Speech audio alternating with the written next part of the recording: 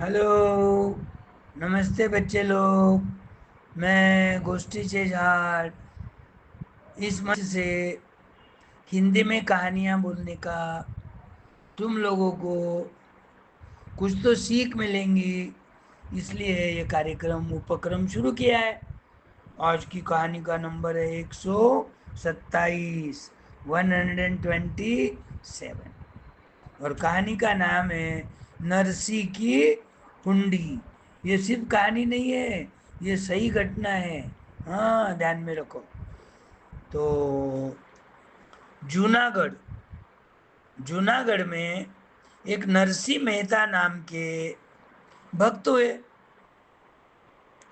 वे हमेशा भगवान का भजन करते थे, भगवान के भजन में, कीर्तन में लीन रहते थे, साधु संतों की सेवा करते थे, दीन दुखियों की मदद करते थे। तो ऐसा करते करते क्या हो गया, वो नरसिंह मेहता का सारा धन खर्च हो गया। कोई भी उनके द्वार पे गया तो खाली हाथ नहीं जाता था। इतने दयालु थे, इतने मदद करने वाले थे। उन्होंने ध्यान ही नहीं दिया कि मेरे पास कितने पैसे हैं तिजोरी में, कितने बचे हैं, कितने बचाना चाहिए। वो देते गए, एक दिन तिजोरी खाली हो गई। उनकी दृष्टि में कोई भेदभाव नहीं था, लेडीज आओ, जेंट्स आओ, गरीब आओ, धनवान, मांगने वाला कोई भी आए कि उसको देते थे। वे क्या करते थे, क्या सोचते थे, कण कण में परमात्मा का अंश है। हर आदमी में वो परमात्मा का दर्शन करते थे, और इसलिए वो मदद करते थे। अब जो रूढ़िवादी लोग थे वो उनसे अप्रसन्न थे। क्यों? तो ऐसा कोई दानी उन्होंने नहीं देखा था। भाई, घर में भीख मांगने की पाली आ गई, सारा पैसा खर्च हो गया, तो भी ये दान देते रहे, इसलिए उनको पसंद नहीं आ रहा था। नाते रिश्तेदार भी उनसे रूठ गए थे। उनको एक बेटी थी, वो बड़ी सयानी हो गई थी, लेकिन उनके पास अब फूटी कौड़ी भी नहीं थी। उनकी धर्मपत्नी का नाम था मानिक बाई। वो मानिक बाई वो नरसिंह जी को बार बार उलाहना दिया करती थी कि बेटी सयानी हो गई है, आपको कोई चिंता नहीं है, कौन हमारी सहायता करेगा, इसकी शादी कैसे करोगे, पैसे कहाँ से लाओगे, बिना पैसे के अपनी बेटी कैसी ब्याही जाएंगी। ऐसे वो बातें करती थी अपने पति से। लेकिन वो शांत स्वभाव के थे, कभी उनको क्रोध नहीं आता था। तो नरसिंह जी अपने पत्नी के पास देखकर बोलते मुस्कुराकर, हे प्रिय, चिंता क्यों करती हो, सब कुछ मेरे प्रभु पर छोड़ दो। भगवान के भक्त थे ना, हमेशा भजन गाते थे, और ज्यादा करके कृष्ण भगवान के रोज।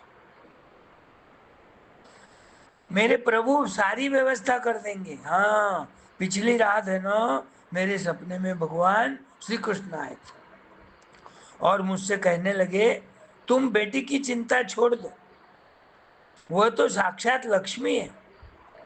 द्वारिका के सेठ सामल दास के पास अपनी आवश्यकता भर रुपयों की हुंडी भेज दो। तुमको शादी में जितने पैसे लगने वाले, वो पैसे का आंकड़ा डाल के, उसको हुंडी बोलते, हुंडी भेज दो, वो तुम्हें रुपए दे देगा। जब तुम रुपए वापस कर दोगे तो वो हुंडी वापस लिख कर देगा तुमको। हुंडी का मतलब एक चेक समझो। तो ये बात सुनकर उसकी पत्नी प्रसन्न हो गई। कौन? मानिक भाई। किसकी पत्नी थी? नरसी की। नरसी हुंडी लिखकर अपने विश्वस्त आदमी को द्वारिका से हुंडी भुनाने भेज ही रहे थे। वो किसी को चेक दिए तो वो उतने पैसे अपने को देता, और अपन जब वापस पैसे करेंगे तो अपने को चेक दे देता। वो एक प्रकार की पावती है। पहले ऐसा विश्वास से ही काम होता था, कागज पे ही हुंडी लिख कर देते थे। तो उस समय 6-7 संत आए जो द्वारिकापुरी जा रहे थे। उनके पास कुछ नगद रुपए थे। वो द्वारिका जाने को 2-4 महीने लगने वाले थे उनको। तो इतने सारे पैसे घर पे छोड़ के गए तो पीछे चोरी हो सकती बोल के साथ में ही पैसे ले लिए थे। लेकिन ये नरसिंह जी की बात सुनकर उन्होंने नरसिंह जी के पास से हुंडी ले ली और जितनी हुंडी आंकड़ा लिखा था उतने पैसे उनको दे दिए। उन्हीं रुपयों से नरसिंह जी ने अपनी बेटी की शादी कर दी। बेटी अपनी ससुराल चली गई। उधर क्या हो गया, द्वारिका में संत लोग सेठ श्यामल दास को ढूंढते ढूंढते घूमने लग गए। उनका कोई पता ही नहीं बोल रहा, श्यामल दास कहाँ रहते किसी को मालूम ही नहीं। तो ऐसे बगीचे में बैठकर वो बातें कर रहे थे, तो नरसिंह ने कहीं हमको ठगा तो नहीं। तो उसी समय एक व्यक्ति सेठ के भेष में आया, सेठ जी कैसे रहते वैसा, और बोलने लग गया, आप लोग नरसिंह के पास से हुंडी लाए हैं तो दीजिए, हम पैसा अदा कर देते। संतों ने हुंडी थे उनको दे दी, वो सेठ को, और रुपए मिल गए उनको। सेठ ने उन्हें 2,000 रुपये और ज्यादा दिए। संतों ने कहा, हमारे पास कलम नहीं है, पेन नहीं है, कागज नहीं है, पावती देने के लिए, रिसीट पाने के लिए हम हस्ताक्षर नहीं कर सकते। तो सेठ श्यामल दास ने कहा, कोई बात नहीं, चिंता मत करो, हमारे साथ व्यापार विश्वास से किया जाता है, विश्वास है तो सब ठीक होता है। आजकल तो भाई भाइयों पे भी विश्वास नहीं रहा, पहले अननोन आदमी पे भी विश्वास करते थे। किसी ने हुंडी लिख के दे दिया, भाई मुझे 10,000 रुपये होना है, मैं 2 महीने के बाद वापस कर दूंगा, और सही कर दिए, तो सामने वाला आदमी वो हुंडी देखकर उसको पैसे दे देता था। तो इतिहास साक्षी है, जिसने भी प्रभु पर मन वचन और कर्म से विश्वास किया, भरोसा किस पे करो, ईश्वर पे करो, भक्ति ईश्वर पे करो, मन से भजन करो, भगवान का हमेशा ध्यान करो, तो इन के इन प्रकार भगवान तुम्हारी मदद करेगा, अड़ी अड़चन के समय में तुम्हारे काम में आएगा। अभी तुम्हारे घर में कुछ काम रहा, भाई भाई है, भाई को बोले मेरे को 10,000 होना, अरे यार देता था बोले, लेकिन मेरे पास पैसे नहीं है। कल परसों में वो एक गर्मी हो रही थी बोल के टेबल फैन लेके आ गया, कुछ तो बहाना बताएंगे, बच्चों की फीस भर दिया, नहीं तो तू तो मेरा भाई है, पैसे देने में कोई हरकत नहीं। हालांकि मन में क्या रहता, पैसे देना नहीं रहता उसको, उसको मालूम है पैसे दिए तो नहीं आएंगे। आजकल के ये कलयुग है, ये जमाने में तो कभी किसी को पैसे नहीं देना, भले ही जाके उनके पास काम करो थोड़ा बहुत, शादी है तो मदद करो कुछ, लेकिन पैसे नहीं देना होता। ऐसे दे दिए कि तुम्हारे पैसे डूब गए सब, क्योंकि भरोसा नहीं रहा ना। कलयुग है ये, कलयुग में ये ऐसी बातें होने वाली, लिख के रखा हुआ है।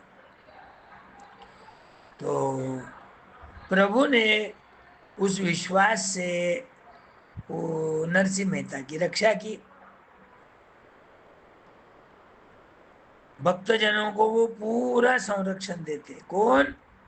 भगवान कृष्ण। तो ये सही में घटना हुई है। तो ये भगवान की भक्ति करते थे बोलकर इनको पैसे मिल गए। और दूसरी बात, ये दानी भी थे, कोई भी दरवाजे पे आ गया तो उसको नहीं बोलते नहीं थे, जितने पैसे थे देते देते देते पूरे कंगालपति हो गए, पैसा उनके तिजोरी में कुछ भी नहीं रहा। फिर भी औरत संभाल समझाने के बाद भी वो जो भी कुछ बचा कुचा है वो भी देते, अनाज देते, कपड़े देते। सामने वाला जैसा कोई देखकर मांगता है धारे तुम्हारे पास है तो वो दे देता था। पत्नी बहुत बार बोलती थी, अरे अपनी बेटी की शादी कैसे करोगे, सारा धन तो तुमने दान पुण्य में खर्चा कर दिया। वो बोल, कोई फिक्र मत करो, ईश्वर हमारी सहायता करेगा। ईश्वर की भक्ति करते थे, ईश्वर पर भरोसा था उनका, तो ईश्वर ने सही में मदद किया ना। वैसा रोज तुम भी ईश्वर की प्रार्थना करो, उनका ध्यान करो, उनके दर्शन करो। स्कूल जाते समय भी, प्रभु मैं स्कूल जा रहा हूँ, मेरा ध्यान रखना। आने के बाद भी प्रभु से पाँव पड़ना, प्रभु जी मैं घर को आ गया सेफ साइड, ऐसा बोले तो भगवान को भी लगता अरे वाह बच्चा कितना ओबीडियंट है। ऐसा बोलने के बाद भगवान को उसकी ध्यान रखना जरूरी है, जिम्मेदारी हो गई। जैसे तुम माँ बाप को बोलते बाबूजी भाई बाबूजी मैं आता हूँ बाजार में से, तो वो आशीर्वाद देते मन में, सुख से जाओ शांति से जाओ और सुख से आओ। वैसा भगवान भी, तुमने भगवान पे भरोसा बताया, भगवान की जिम्मेदारी हो जाती है अब। तो रास्ते में कोई एक्सीडेंट नहीं होगा, मन विचलित नहीं होगा, सामान खरीदी करते समय कोई फंसाएगा नहीं, स्कूल जाते समय टीचर जो जो भी पढ़ाए वो तुम्हारे ध्यान में आएगा। आशीर्वाद का बहुत बड़ा फल मिलता, दिखता नहीं हो लेकिन इनडायरेक्टली तुमको ऊंचा उठाता है, ऊपर उठाता है, मान सम्मान देता है। माँ बाप की तो हमेशा पूजा अर्चा करनी चाहिए। पूजा अर्चा करना है ने उनका कहना मानना। जाते समय सुबह टाइम मिला तो उनके दोनों के दर्शन करो, नहीं मिला शाम को दर्शन करो, भगवान की जैसे दर्शन करते वैसा। हर एक बड़े आदमी का आशीर्वाद बहुत बड़े काम की चीज होती है। आशीर्वाद लेना तो तुम्हारा जीवन सुखमय होगा। है ध्यान में? चलो कल मिलेंगे हाँ।